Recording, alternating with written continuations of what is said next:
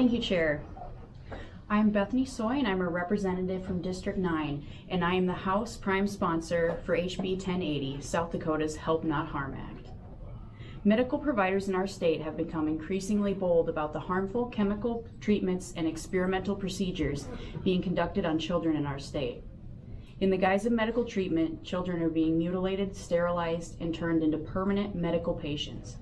Children as young as 8 years old are taking puberty blockers, 13-year-olds are being given cross-sex hormones, and a leading South Dakota physician recommends that girls struggling with their identities receive double mastectomies while still in high school. We need to stand up for the vulnerable children in our state. We care deeply about children who are struggling with their identities and want to provide them with true, meaningful help, not permanent physical damage. This bill will prohibit 3 things: the use of puberty blockers to stop healthy development, the prescription of cross-sex hormones, which often leave children sterilized, and the irreversible surgeries that leave a child's body permanently damaged. This bill is personal for me. As a child, I wanted to be a boy. I wore boy clothes and I made a boy name for myself, and in 3rd grade I wrote that name on all my class assignments. But my parents and my teachers didn't take me in for medical treatment. They just loved and supported me and allowed me to be a kid. I went through natural puberty and came to love being a girl. I now have 2 children, and I'm so glad to be a woman. The science is with us.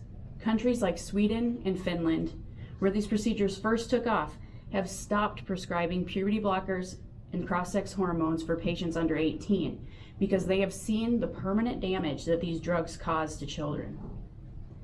The studies show that when left to progress through natural puberty, from 80 to 90% of children struggling with their identities will come to accept and thrive as their biological sex. That's why this bill is needed now. The opposition will tell you that this decision should be left to parental choice. But even here in South Dakota, parents are often denied access to their children's medical records. I'm not talking about California, I'm talking about South Dakota. This is happening here. Parents are also often given an ultimatum with the non-scientific statement that transition is the only remedy for suicidal ideation. We need to stand in the gap for vulnerable children and their parents and guide them towards true help and healing. Like the previous speaker said, rapid decisions often do not end well. And all that we are asking for here is a little more time to make a permanent life decision.